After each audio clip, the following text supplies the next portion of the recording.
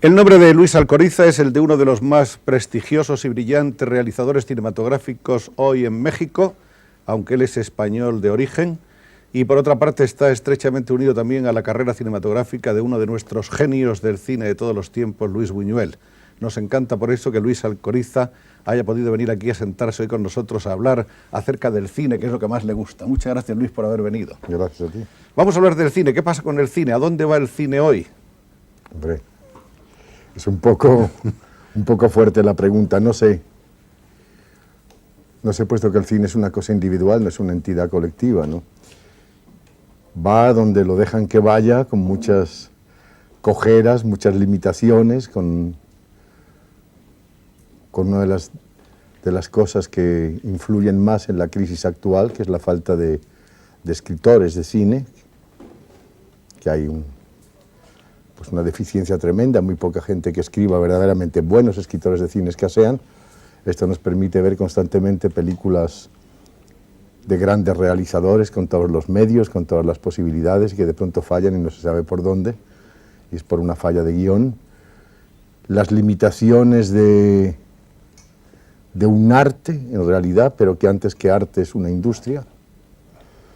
El cine no es un arte que nace espontáneamente, sino, ¿sabes?, nace de los barracones, ¿no? Sale como una invención técnica y empieza a funcionar en las barracas de ferias, donde la gente lo va a ver, y luego hace turnés por los pueblos y se ve una máquina de tren y no sé qué, unas cosas. Pero no nace como un arte espontáneo, es con el tiempo y con el talento de los realizadores donde se ven las máximas y las maravillosas posibilidades del cine, que para mi modesta manera de ver todavía está en embrión. Todavía no se ha visto hasta dónde puede llegar el cine. A pesar de todo lo mucho que se ha visto. Sí, porque uno lo puede pensar de dos maneras. El cine como un maravilloso negocio, como un espectáculo, como una manera de diversión, que debe serlo además, pero cuando hablamos del cine arte incluso nos mosqueamos un poco, porque en nombre del cine arte o del llamado cine poético, ponle tú las comillas que quieras, pues se han hecho también obras tremendamente aburridas, que no es esa la misión del cine, como tampoco creo que lo es de la novela o del teatro, ¿no? Necesariamente tú tienes que coger al público de una manera visceral y atraerlo y tenerlo, sea para hacerlo reír, llorar, para angustiarlo, para lo que quieras, pero para algo. El mayor pecado del cineasta es el aburrimiento y, por desgracia, es en el que más caemos. ¿Estamos en un cine mejor que antes o estamos en un cine que en cierto modo ha entrado en un impasse? Yo creo en lo segundo. En primer lugar, somos ya demasiada gente, somos muchos en el mundo, y el cine se hace puesto que produce enormes dividendos, calculando ya lo que va a ser un impacto en la masa.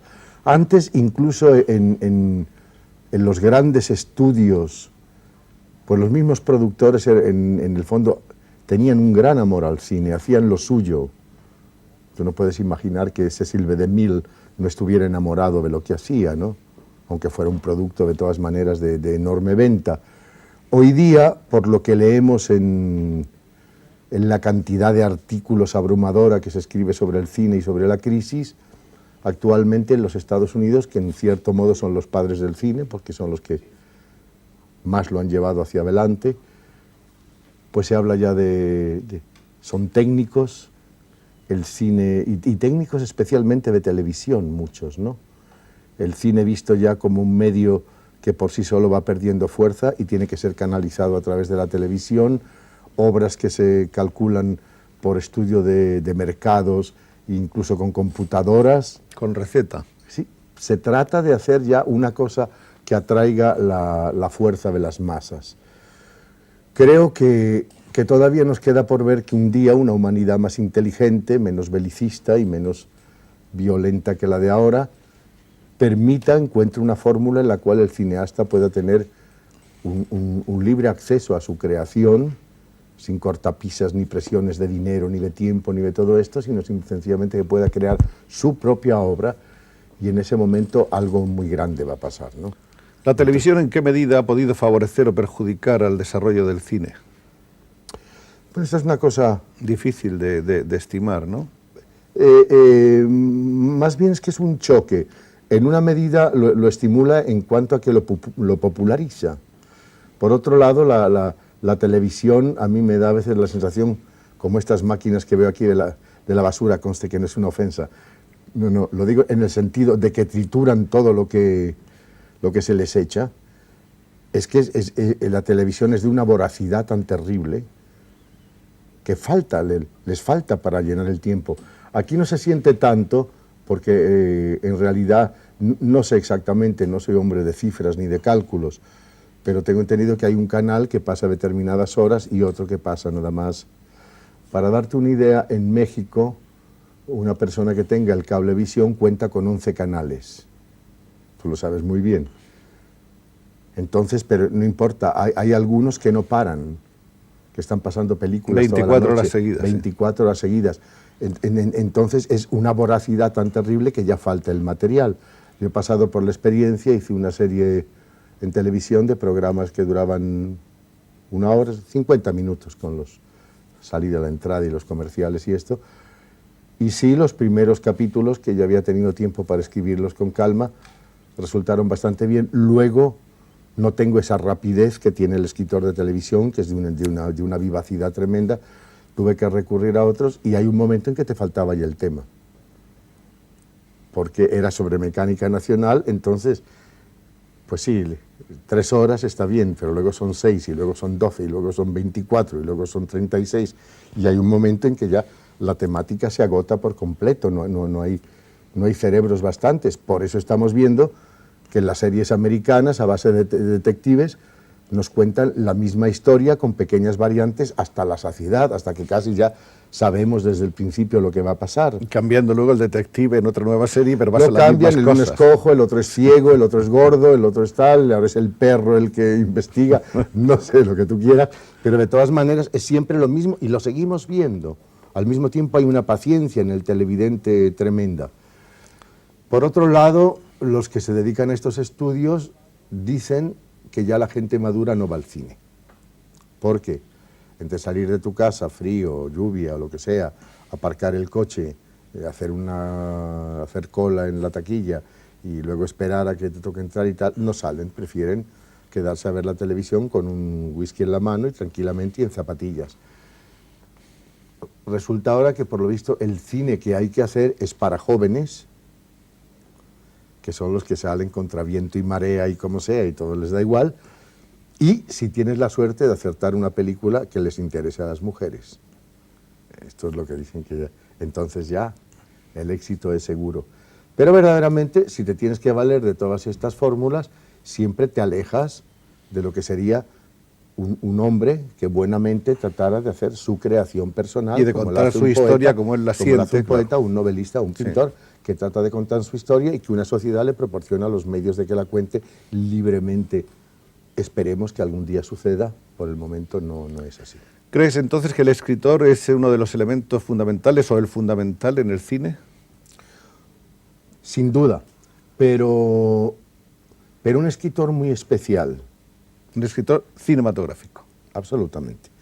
Te lo digo porque me ha tocado colaborar con grandes escritores y los he visto estrellarse ante esa cosa terrible que son 70 páginas.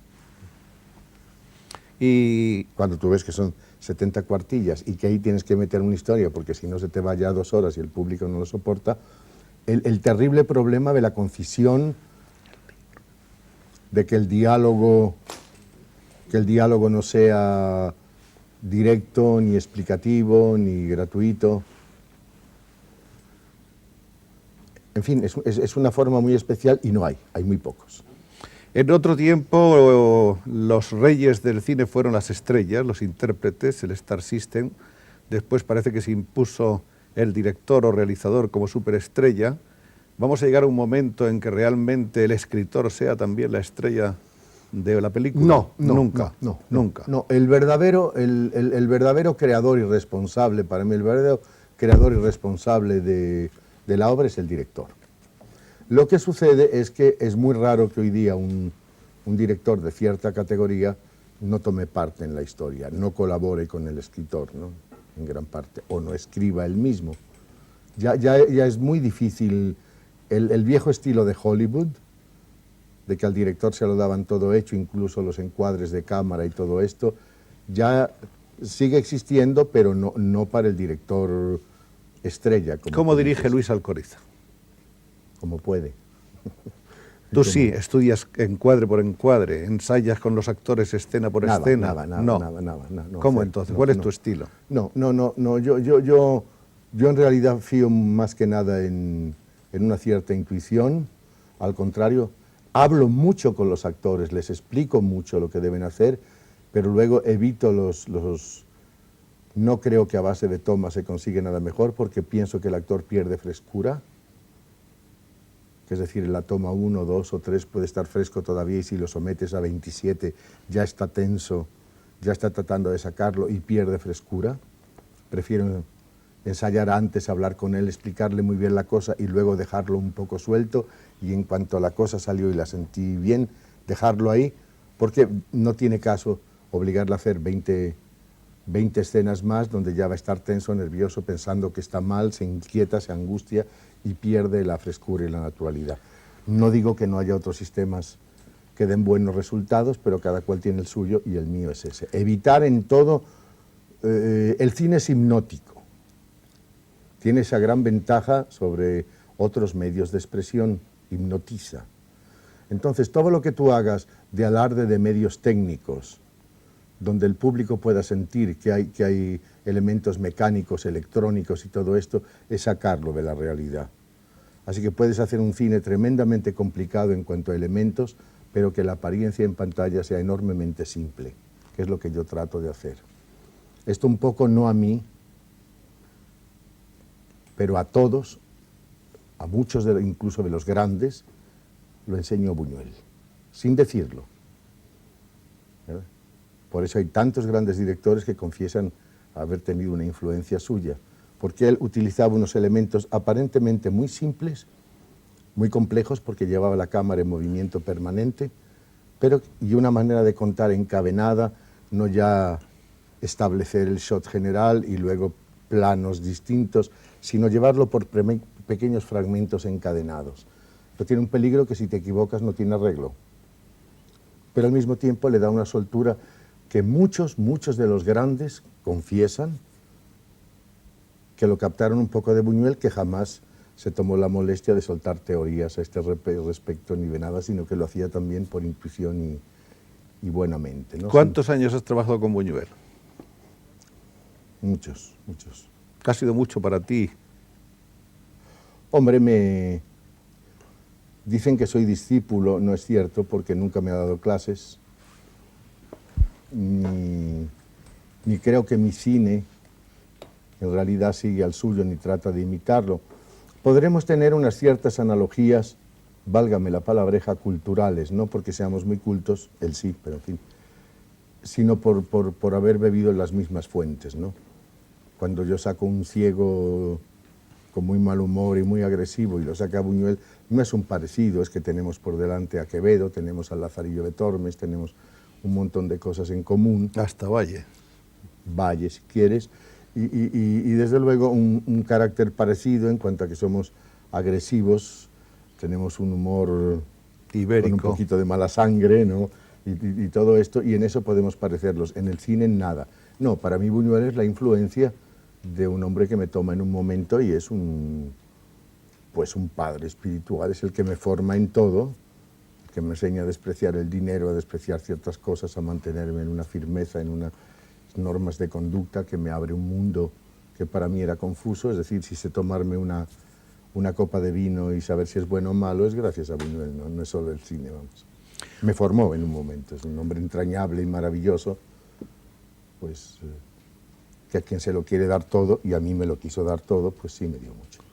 Buñuel es un gran desconocido, porque siendo uno de los hombres más admirados, más queridos, más geniales de nuestro cine aquí y fuera de aquí, es sin duda un hombre del que se sabe poco, porque es un hombre retraído, más bien huraño, que no le gusta aparecer en sociedad, que rehúye los homenajes, las adhesiones y los halagos fáciles, que no le gusta tampoco dar entrevistas a los periodistas, que por supuesto se niega a venir a la televisión, y esa es una de las frustraciones de este programa. Pero no es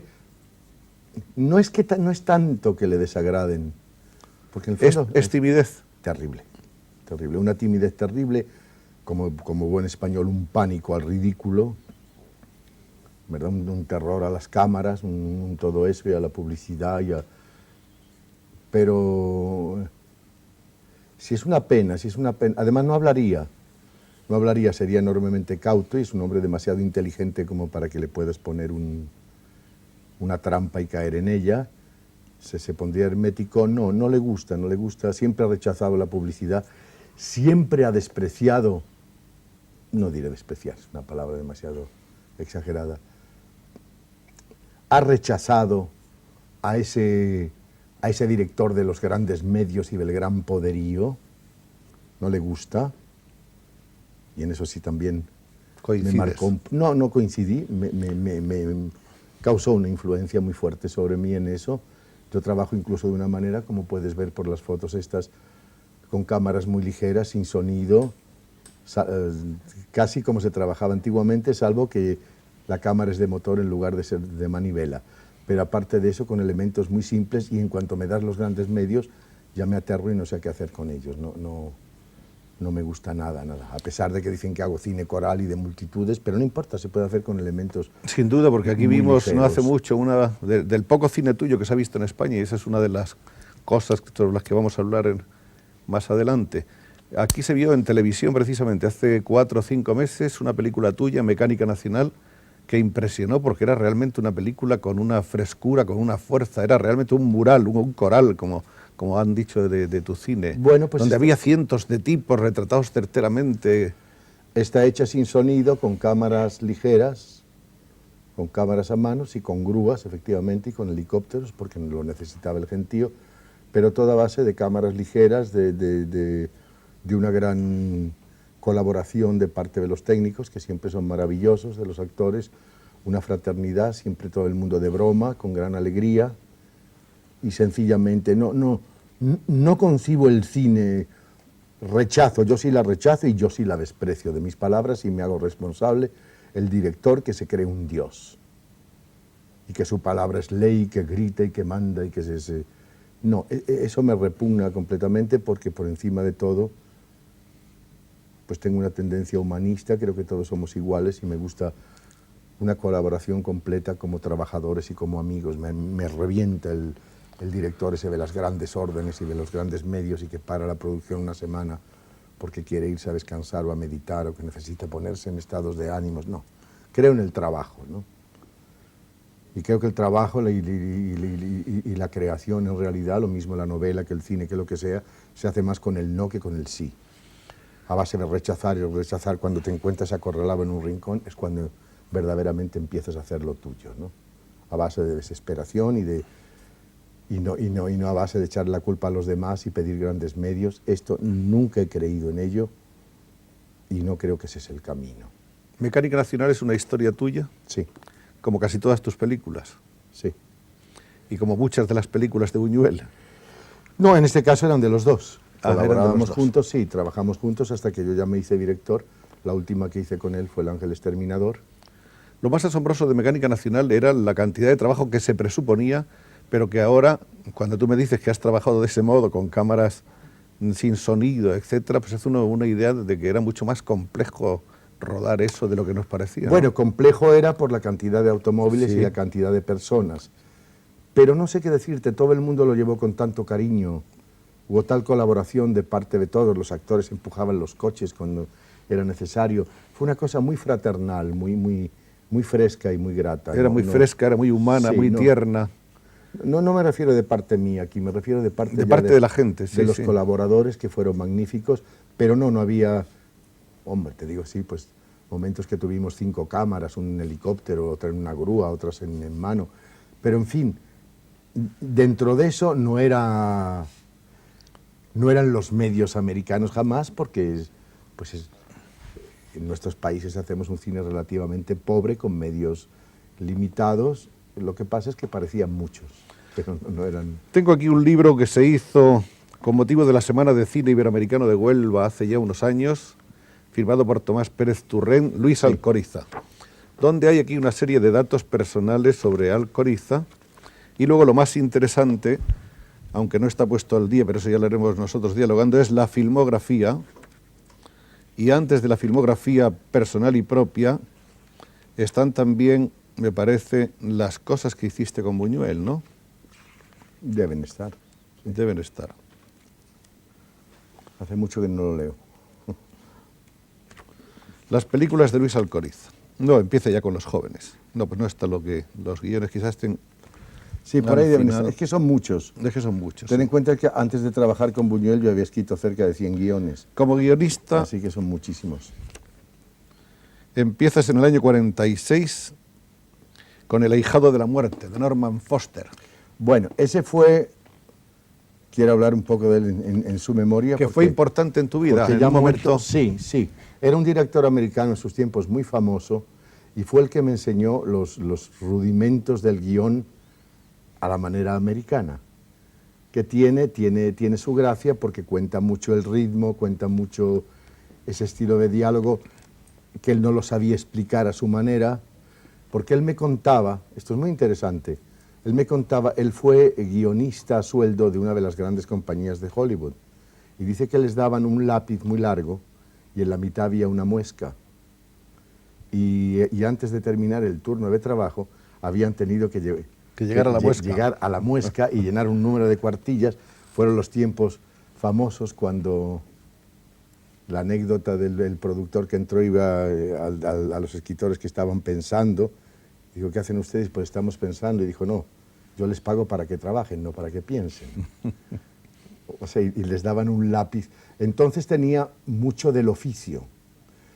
Pobrecito, cuando vio Los Olvidados, se aterró. Yo lo invité a verlos y salió y me dijo, estoy enfermo, voy a devolver, esto ha sido una enfermedad, ver esta película. Y me dijo, ¿esto es lo que a ti te gusta? Dije, pues sí.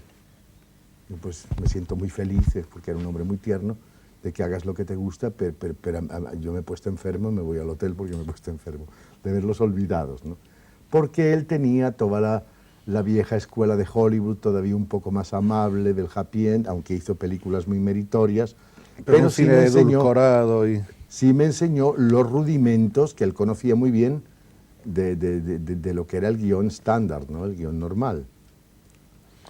Después de esa película con Foster, hiciste Una extraña mujer. Muchísimas. Ni me hables de eso. No, no quieres ni porque recordarlas. Ahí fue de lo bueno, de lo malo, era Nocturno de amor. Tirar para adelante. Sí, Enrédate y verás. Sí, sí, todo. Lo que bueno, quieras. la lista es inmensa. Flor de caña, Negra Sí, consentida, Los amores de una viuda, La liga de las muchachas, Un cuerpo de mujer, El gran calavera con Buñuel. Esta fue la primera que hizo Buñuel sobre un guión tuyo con él, supongo. No, con mi mujer. Con tu mujer lo hiciste. Sí. Tu mujer que aparece más o menos en la misma época que Norman Foster en tu vida, ¿no? ¿O no? Poquito antes. Poquito antes. Un poquito antes. Mi mujer, que es austríaca, fue una gran bailarina flamenca. Era una gran bailarina hasta flamenca. Que yo le corté la carrera y escribía también y todo esto y en ese momento empezamos juntos. Ahora ya no quiero hacer nada, pero ese fue uno de los nombres decisivos en tu vida en aquel momento, ¿no? ¿Quién? Tu mujer.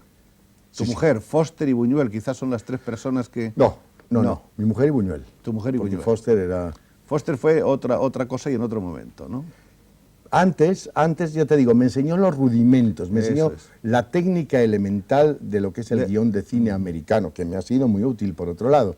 Pero luego yo me pasé ya a otro mundo que a él le horrorizaba, aunque hemos mantenido la amistad hasta su muerte, porque era un hombre muy tierno y muy entrañable. Efectivamente, El gran calavera, que era una pieza de Adolfo Torrado, se hizo con guión de Janet Alcoriza y Luis Buñuel, así como Luis Alcoriza, ¿no? No, el guión era de ella y mío. Es que ahí Tomás se mete en algunos líos. Por eso, porque pone colaboraciones en el guión, Janet Alcoriza y Luis Buñuel. No, el guión era de mi mujer y mío, y Buñuel lo que hizo fue dirigirlo. Bien. Eran los malos momentos donde el hombre no era tan estricto.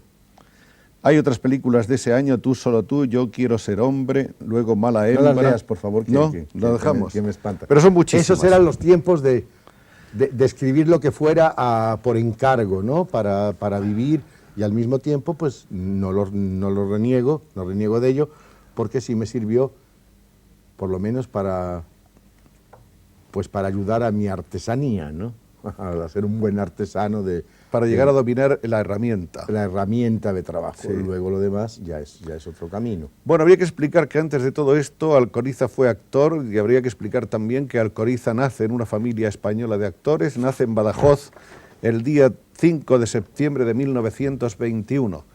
Creo, no sé, tus padres eran actores, tu madre y tu padre. Mi madre era... Primera actriz. Era actriz, había estudiado en el Liceo de Barcelona, era gran trágica, shakespeariana y... ¿De dónde era ella? Ricardo Calvo, malagueña. Malagueña. De Málaga. ¿Y tu padre de dónde? Mi padre valenciano. Valenciano. Mi padre valenciano. Y ella siempre estuvo un poco frustrada porque el género de teatro que hacía mi padre no era el que ella soñaba. El clásico que llamaba, era una gran actriz. Y prácticamente, pues sí, yo me crié en el teatro toda la vida. Entre bastidores. No pensaba hacerlo, pero hubo unos problemillas que tú sabes, ¿no? Ahora hablaremos de esos problemillas. La verdad es que parece que a los Alcoriza les iba muy bien, porque según encontré unos datos por ahí, tu padre llegó un momento en que tenía varias compañías funcionando al comienzo de la década de los 30 por distintos teatros y ciudades. Una en Madrid, 6 compañías. Una en Madrid, 5 en turné en provincia. Y hacía teatro español y teatro policíaco, creo, ¿no? En una época hacía dramas policíacos, un poco era el rival de Rambal, ¿no? Hacían esas cosas. En plan muy espectacular, de trucos, ¿no? Y de espectáculos. Con trucos, sí.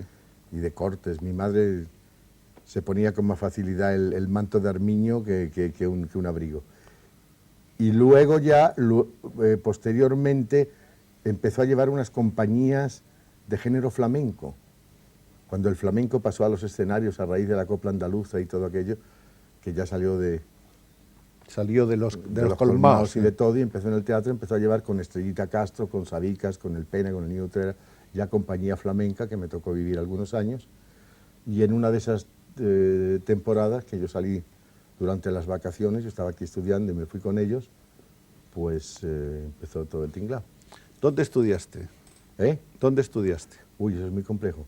Yo estudiaba en el Cardenal Cisneros y en el Instituto Cervantes libre, porque tenía un profesor muy amigo que era una maravilla y estaba haciendo el bachillerato casi en años dobles, pero estudiando libre, nada más aprobando asignaturas en distintos institutos. Y aparte de eso ya empezabas... Porque mi madre, todo esto fue porque mi madre tenía la idea de que yo era un niño muy débil, que si estudiaba me dolía la cabeza y que eso se arreglaba comiendo, como buena... Entonces le interesaba más que comiera que estudiara. Y luego me tuve que valer de ciertos medios que la suerte me puso en las manos. Otro hombre maravilloso, ese es el primero. ¿Quién? Don Felipe González Ruiz se llamaba. Y ese fue el primero que se hizo cargo de mí y me sacó de ese mundo disparatado de niño que no hace nada y que come mucho y que todo estaba gordo. Pero ¿cuánto es cuando tú empiezas realmente a hacer papelitos de actor ya en la compañía de tus padres? Bueno, el primero le voy a contar porque esto es una canallada que me hacían a mí mis padres, que debió mandarme al psiquiatra para toda mi vida. ¿Sí? Hombre, ya verás. Hacían una obra, no me acuerdo, era una corte, para variar. Y mi madre era la reina y era un follón de estos policíacos que aparecía Nick Carter también, famoso detective de entonces. Sí.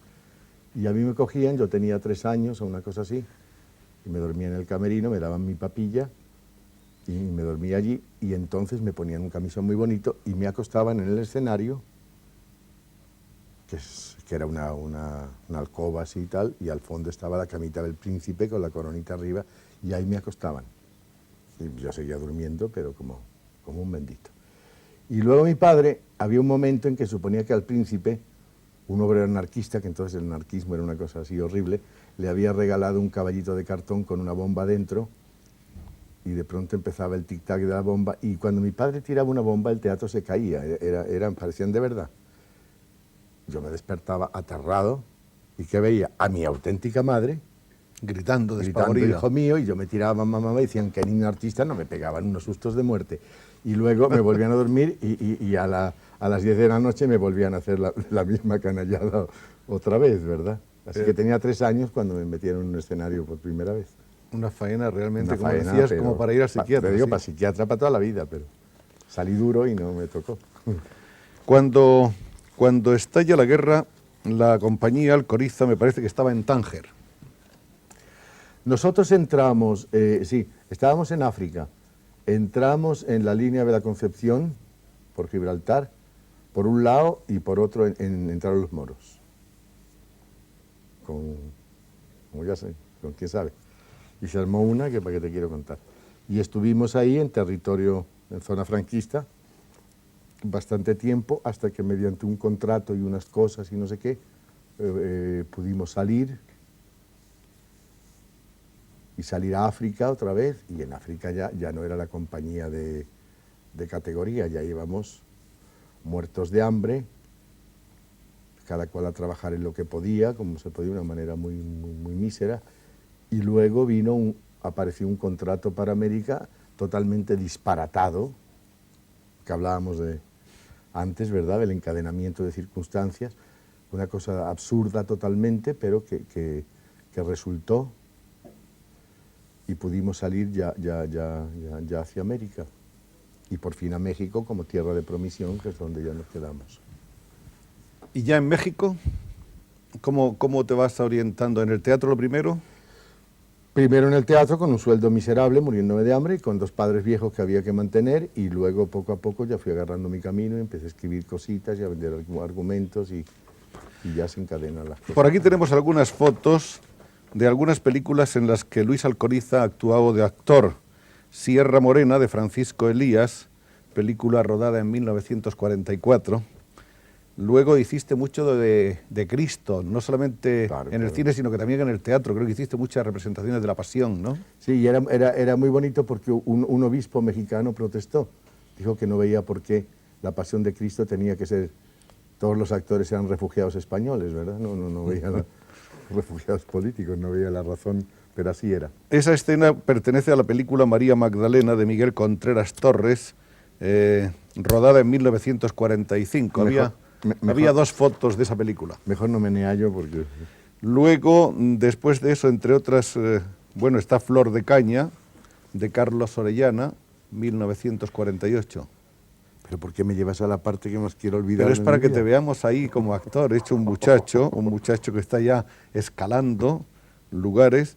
Y tenemos otra foto también del año 49, la película es de Miguel Delgado, la película se llama Tú, solo tú. Bien, y yo creo que... también puedes añadir ya en ese plan, sí, que fui cargador en los mercados de París y luego en los muelles de África y todo eso. ¿Pero eso cuándo fue? ¿Eso cuándo fue? Pues casi en esos momentos, antes de llegar. Antes de llegar a México. Antes de llegar, sí. Pero bueno, ser actor está dentro de la línea de lo que has seguido haciendo después. Cargador, ¿por qué no? Si es muy legítimo y muy bien. Bueno, sí, allí aprendí un francés muy peculiar con mucho vocabulario. Con mucho vocabulario del que no se puede decir. Claro, claro. Y viene de luego ya cuando el hombre Alcoriza empieza a darse cuenta de que ese es un medio que le sugestiona, que le atrae. ¿Cuándo te diste cuenta de que el cine iba a ser realmente tu medio de expresión? No me lo he dado todavía. ¿No? No creo que la... O sea que eso es el azar completamente. En mi vida, oigo, por eso detesto el trascendentalismo. Toda la gente siente, yo no sentí nunca... No hubo vocación. Nada que vea inmediatamente que ahí está. Han sido cosas encadenadas. El determinismo, circunstancias, elementos. Exactamente, del teatro pasé al cine, me gustó, empecé a escribir para cine, más o menos me fui defendiendo, luego encontré a Buñuel, que fue un hito así capital en mi vida, cambié totalmente de ruta, él me descubrió otros caminos y ya encontré, no me hice director, me hicieron. ¿Cómo fue? Pues sencillamente un productor que dijo, no podemos perder el tiempo que tú te gastas en escribir una película para que la estropee un mal director, y me dijo textualmente, la próxima o la diriges tú o no produzco más. Y entonces me metieron a director, yo no quería hacerlo. Mi tendencia, en realidad yo no soy yo soy un escritor que dirige, porque lo han obligado. Tú eres más escritor que cineasta. Básicamente, incluso siempre pienso que voy a dejar de dirigir muy pronto y ya es un momento de sentarme a escribir lo mío y dejarme de tonterías, ¿no? Si yo soy un escritor que dirige, porque me metieron en eso y me es grato y he tenido un poco de suerte, pero básicamente no es una vocación en sí, ni tengo carácter de director, ni es lo que me agrada.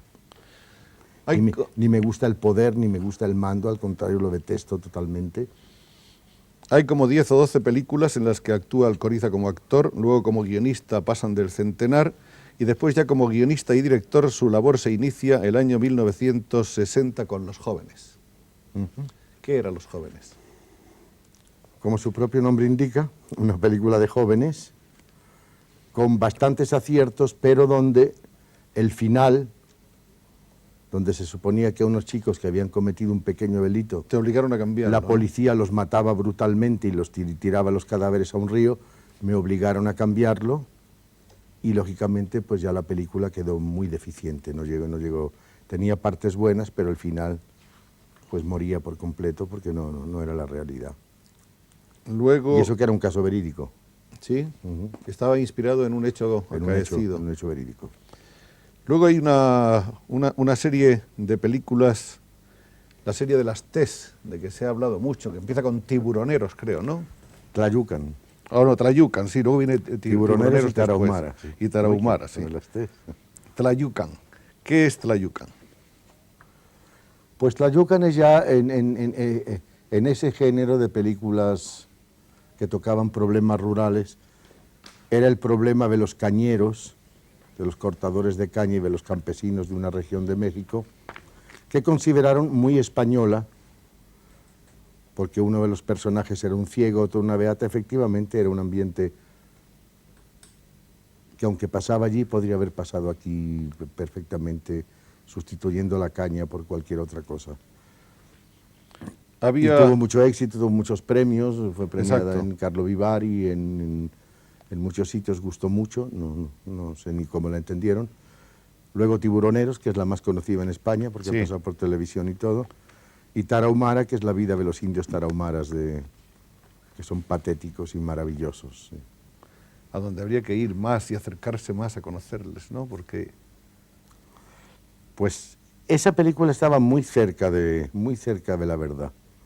Salvo que hay algunos actores, pero el resto está apegadísimo a la realidad de ellos. De Tiburoneros tienes también un buen recuerdo. Sí, en general de todas. En general no he hecho nada, no te puedo decir. Ya como director no he hecho nada que verdaderamente como te digo, de las otras pasa a las que no quiero saber de ella. No, como director ya no he hecho nada con lo que no estuviera de acuerdo de una manera o de otra, ¿no?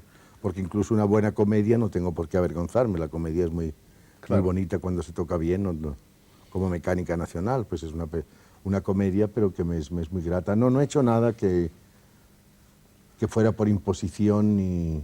Sigamos con el orden. Si te parece, hablamos ahora de una versión de Safo de Daudet que hiciste con el nombre Amor y Sexo el año 63. Fue tu primera película con una cierta dosis de erotismo, ¿no? Ni eso. Ni eso. No, fue una película con una gran estrella, como ella era María Félix, donde me di el lujo de por primera vez usar grúas y usar cosas de estas para entretenerme, pero no te podría decir que es una película que estaba bien. Pero había ya unos desnudos de María Félix, había... Porque ella quiso. No, pero una cosa completamente ingenua. Sí, bueno, propio de la época. No, pero hoy mismo, en el cine como en todo, yo creo que la gran diferencia que siempre achacan entre el cine y la novela, que es el poderío de la palabra escrita, que es indudable, ¿no? Pero al mismo tiempo que todo sugiere y tú creas tu propio mundo frente a la brutalidad de la imagen cinematográfica, bueno, reconozco que, pero además en la brutalidad de la imagen cinematográfica está su poderío también. Lo que no veo es tampoco por qué enseñar las cosas cuando es mucho mejor sugerirlas.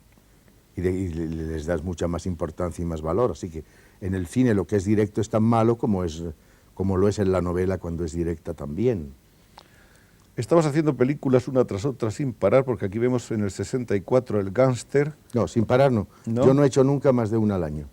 ¿Nunca más? Si ves, hay algún año con 2 por aquí, ¿no? Sería que en el otro no hice nada.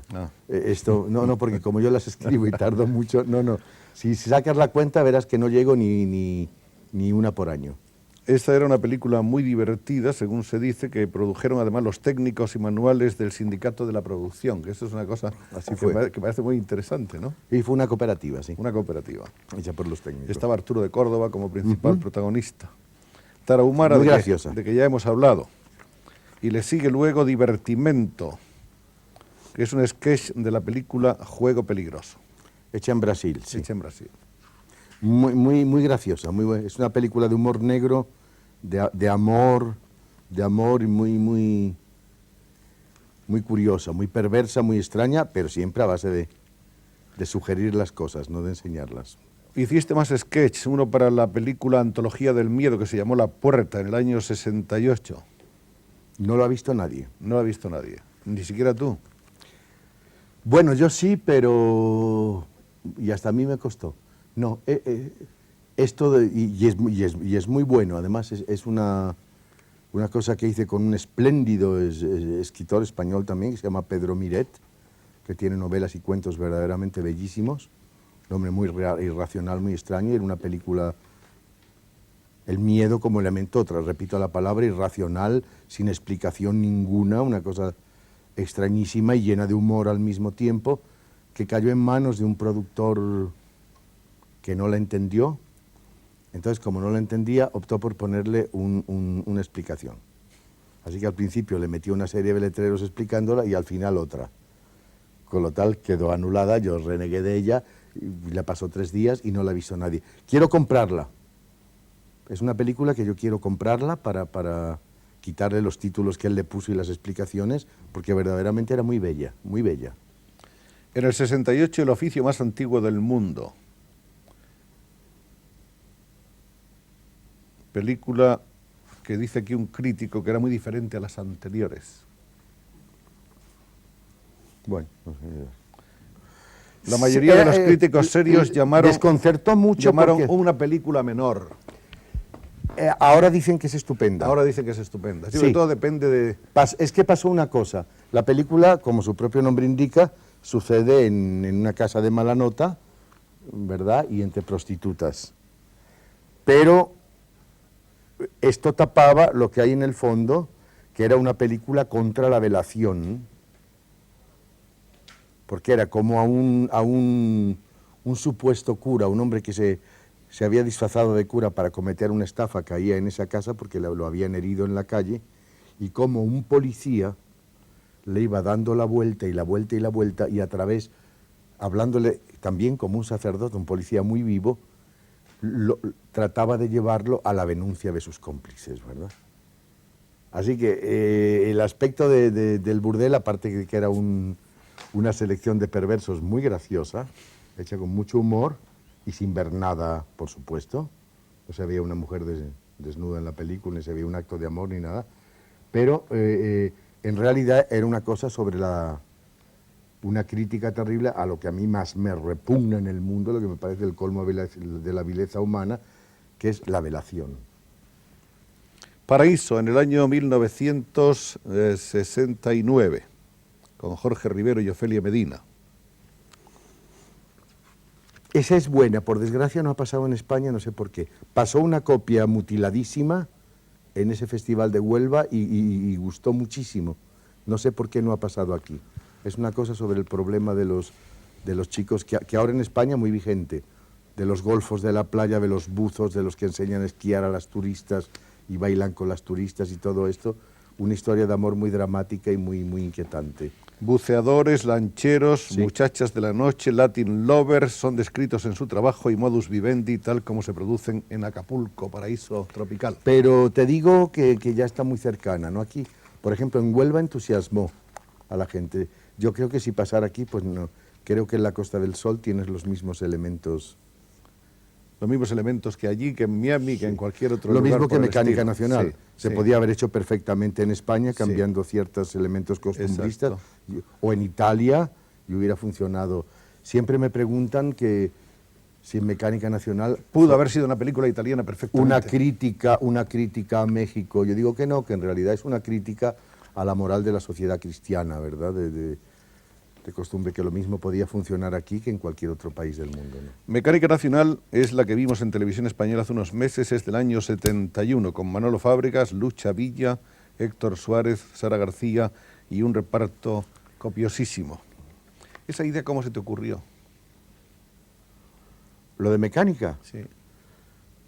Leí en un periódico que en una carrera de coche se había muerto una viejecita. Fue una notita así. Una nota de 3 Que líneas. fue el punto de partida, sí. Y que no podían sacar el cadáver. Fue una notita así breve que me sirvió de punto de partida. Le sigue El muro del silencio, que está fechada en los años 71-72, realizada en los estudios Churubusco de México. ¿Qué fue El muro del silencio? Un problema entre una madre que tiene un hijo bellísimo, la destrucción por el amor, y donde al final no se sabe quién está destruyendo a quién, si el hijo a la madre o la madre al hijo. Esperanza en 1972 es un sketch para una película titulada Fe, Esperanza y Caridad, que Los 3 cuentos eran míos. se supone que eran Yo 3 hice cuentos y uno. los 3 tuyos. Tú rodaste, dirigiste uno y los Sí. otros 2 directores, ¿no? Sí, es que uno de ellos hizo un cuento espléndido. Se llama Fons, un director joven de gran talento. Yo hice uno porque era un amigo que había conocido, que era un tío que en México en un sitio se crucificaba. Y estaba en un cuarto allí con música de órgano y tal, y el tío crucificado, pero los clavos que le pusieron en lugar de ser de oro, pues siempre esa cosa los hicieron de hierro con un bañito de oro y le dio una septicemia y se murió. Y era un amigo muy querido y es un poco su historia. De este hombre que vivía de crucificarse para ahí en una calle, en un Para cuartucho exhibirse, allí, sí. y se exhibía crucificado durante meses allí, ¿Qué tipos hay en el mundo, verdad? ¿verdad? Se llamaba Harry y me impresionó mucho, hice el cuento sobre él. Y esto lo hacía para que, además, el fondo es de una cursilería aterrador, porque él hacía este sacrificio inmenso porque quería comprarle una casita a su madre. Entraba ya un elemento terrible de cursilería de la que era consciente, naturalmente. Hay 2 personalidades que han estado muy cerca de ti y tú has estado muy cerca de ellas, enormemente significativas para nuestro tiempo, que son la de Luis Buñuel, ya señalada, y la de Gabriel García Márquez. Parece que mientras él escribía 100 años de soledad en México, tú estabas muy cerca, tan cerca que a veces interrumpiste su labor de escribir esa obra prodigiosa. Sí, cualquiera de sus amigos. Te hablaré primero de una cosa que me interesa decir, de Buñuel. El porqué de su grandeza, cuando incluso en un momento hacía películas con ciertas deficiencias técnicas, o en este momento último de su afrancesamiento. Para mí el gran genio de Buñuel, y conste que ese sí lo conozco como a mi propia piel, es que Buñuel nunca pudo escribir, nunca pudo ser escritor. Creo que hubiera poderlo sido si hubiera echado toda su voluntad y su empeño. Pero Buñuel es bastante vago. Tienes que obligarlo a las cosas porque si no, él lo que quiere es irse a su rincón y lo único que le interesa es beber con los amigos. Esto es lo único, sus amigos y vino y hablar. Entonces es muy difícil llevarlo. Si Buñuel hubiera sabido escribir o hubiera querido escribir y lo hubiera logrado, entonces no estaríamos viendo sus películas, estaríamos leyendo sus novelas y sus libros de poemas, porque Buñuel básicamente es un poeta maravilloso que nunca se dedicó a escribir. Y por eso, aun en la peor película de Buñuel que quieras poner, siempre hay media docena de imágenes que te las da para el resto de tu vida. O sea, es más que su grandeza de director, es su grandeza de poeta. Y si hubiera sabido escribir, o hubiera querido, digo, porque él dice, no he sabido, yo soy un escritor frustrado, esas son las cosas, las bromas que él dice. No, si hubiera querido tener el empeño, lo hubiera logrado. Entonces hubiera sido un sensacional poeta y nos hubiéramos perdido un gran cineasta. No sé qué nos ha resultado mejor. Pero la realidad es que Buñuel no es un director común y corriente, sino es un poeta que hace películas y siempre te deja esas imágenes prodigiosas que luego te cuenta ya como amigo con una humildad casi franciscana, porque él tiende mucho a eso. Como por ejemplo, yo me acuerdo cuando estábamos viendo Belle de Jour, que a mí es una obra que no me gusta, no digo la película, no me gusta la novela, y que me perdone mi amigo que es él, pero en fin, no me gustaba la obra, y recuerdo que le dije, si logras hacer de esto algo bueno, es que hay que quitarse el sombrero ya. Y lo logró, pero lo logró por su propio valor. Y estaba viendo la película y de pronto, no sé si te acuerdas de ella, de Belle de Jour, Me acuerdo. Bella de Día, hay una escena donde aparece en la Camargue, aparecen una manada de toros negros y una voz que dice, todos se llaman remordimiento y el último expiación. Y yo me caí de la butaca. Dije, pero qué bestia, ¿cómo se le ocurre esto? ¿De dónde viene? Y un día hablando le dije, ¿por qué hiciste eso?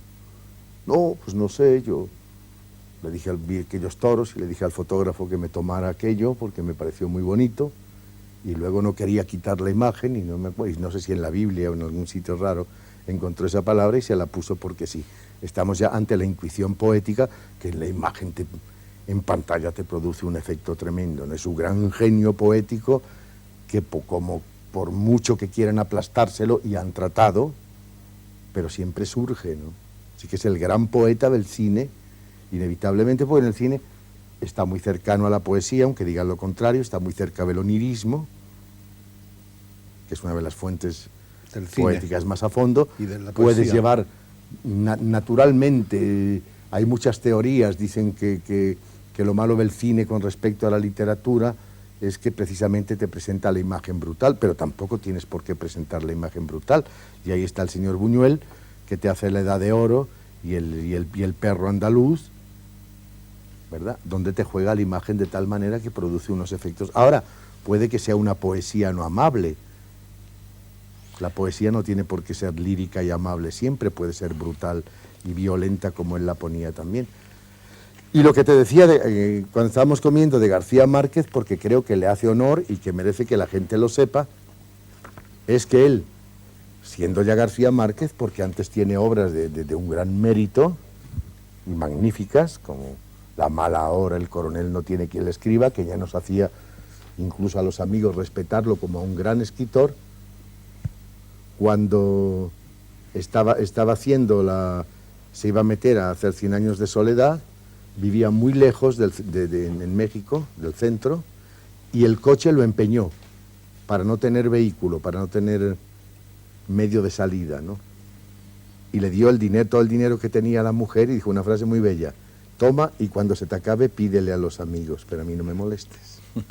Y empezó a escribir 100 años de soledad y bastaba que uno le hablara, o si no, él te hablaba, interrumpía su trabajo tan importante para él, para luego beberse 2 botellas de vino contigo y estar con los amigos. Que eso me parece un hombre que está escribiendo una obra tan importante y de capital importancia para su vida, que la interrumpa ante el llamado de un amigo o porque tiene ganas de ver un amigo y beberse una botella de vino. Esto demuestra la nobleza y la generosidad de sentimientos que tiene García Márquez. Luis, el reloj nos manda que vayamos ya a las últimas palabras para decir que después hay en tu historia cinematográfica Las fuerzas vivas en el año 75, que es una de tus películas importantes. Bueno, todas tus películas son No lo sé, importantes. aquí hay un festival que acaban de darle un Exacto. premio a la película y a la dirección. Y era un festival internacional y vi películas buenas. Después del año 79, A paso de cojo, película que está ambientada en Que el se México de principios de los años 20, Que se debió filmar aquí. que se debía filmar aquí. Sí, sí. Es una novela española de Valdivia que se llama Arre Moisés, que pasaba durante la Guerra Civil Española, pero aquí hubo un cierto gazapeo de algunos productores, no se pudo llevar, entonces optamos por ambientarla en México durante la revolución que se llamó Cristera, porque había cosas, el grito de Viva Cristo Rey, que es bastante familiar, y una serie de cosas por el estilo, entonces funcionaba. Es una película muy seca, muy violenta, un poco, pues una película negra, que como me suele pasar con frecuencia, dentro de 3 años dirán que es muy buena, o de 4 o de 5, pero de momento hirió mucho y lastimó mucho. En el año 79, en el mismo año, Via Crucis Nacional, llamado originalmente Semana Santa, la Sí. historia de los empleados de una tintorería que van a pasar sus vacaciones de Semana Santa a Acapulco. Lo podías hacer aquí en la Costa del Sol lo mismo. Es todo lo sí. toda Bueno, la- y creo que ahora, y para terminar, porque ya el tiempo se nos acaba, Alcoriza está empezando o preparando el rodaje de una película sobre Villa Cabalga, Exactamente. la invasión de Estados Unidos por Sí, Villa. abarca el momento cuando Villa ya derrotado completamente. Es que esto es importante por una razón. Se supone que Villa atacó a Estados Unidos por una cosa de revanchismo, de venganza, loca porque era un imbécil. Y aquí se ve que no, que tenía, pero además hay documentos, no sé cómo han sido ignorados, que aparecieron publicados en los periódicos de la prensa de toda su intención de que Estados Unidos era el enemigo de México y de América Latina, aunque él respetaba al pueblo americano, al gobierno se refería, ¿no? Que en ese momento, como estaban los intereses alemanes, japoneses, todo por el medio, estaban sugiriendo que era más conveniente para Estados Unidos invadir México que venir a la guerra del 16, porque en ese momento era el 16 cuando entraron. Y entonces Villa, consciente de todo eso y creyendo que se ha traicionado el país y que se le va a entregar en manos de los americanos, provoca este conflicto atacando a los Estados Unidos. Y provoca lo que se llamó la expedición punitiva al mando del general Pershing, héroe de Manila, de Cuba, contra los españoles, y todo esto que entró en México a raíz de que se acababa de quemar su casa y en el incendio habían perecido su mujer y sus 3 hijas, en ese estado de ánimo deshecho moralmente, entra con un ejército tremendo a perseguir a 400 jinetes que además no tienen ya casi ni balas, ¿no? Y en ese momento a Villa le pegan un balazo en una rodilla y se va a esconder a una cueva y desde allí está viendo a sus pocos hombres, que son apenas 300 jinetes, cómo están dispersando a toda aquellos cuerpos americanos que entraron con 12.000 hombres, con escuadrillas de aviones, con camiones, motorizando ya el ejército, con ametralladoras, y todo el mundo tratando de evitar que cazaran a Villa, que era la consigna que traían. Así que son en realidad 5 meses de la vida de Villa, pero es un episodio que ha sido muy ocultado por, no sé, intereses, por lo que fuera. Y que para el que creo que has conseguido documentación de primera mano en Estados Unidos, ¿no? Sí, en realidad gracias a buenos amigos que tengo he conseguido incluso unos documentos que fueron encontrados en Columbo en unas carteras de caballo, 290 documentos villistas que permanecieron 60 y tantos años ocultos en los archivos de Washington y que ahora se han podido sacar, más pues toda la documentación del Servicio de Inteligencia del Departamento de Estado, sacada, no sé si por la violencia o por las buenas, a los prisioneros mexicanos, que dicen día por día lo que hicieron todos, ¿no? No solo Villa, sino cada uno de sus generales. Querido Luis, muchas gracias por todo. Y luego, que es muy importante, sí, y acabando esa película me vengo aquí. ¿A hacer cine aquí? A hacer cine aquí. Pues eso es lo que íbamos a pedirte, que te vengas a hacer cine aquí. Que si vengo ya tenemos una... Tendremos más tiempo. Estamos organizándolo todo para venir aquí, pero hacer cine español completamente y a trabajar aquí. Esta es la estupenda noticia que Luis Alcoriza ha reservado para el final y de la que somos los primeros en felicitarnos. Muchas gracias, Luis. Gracias a ti por invitarme. Y hasta pronto.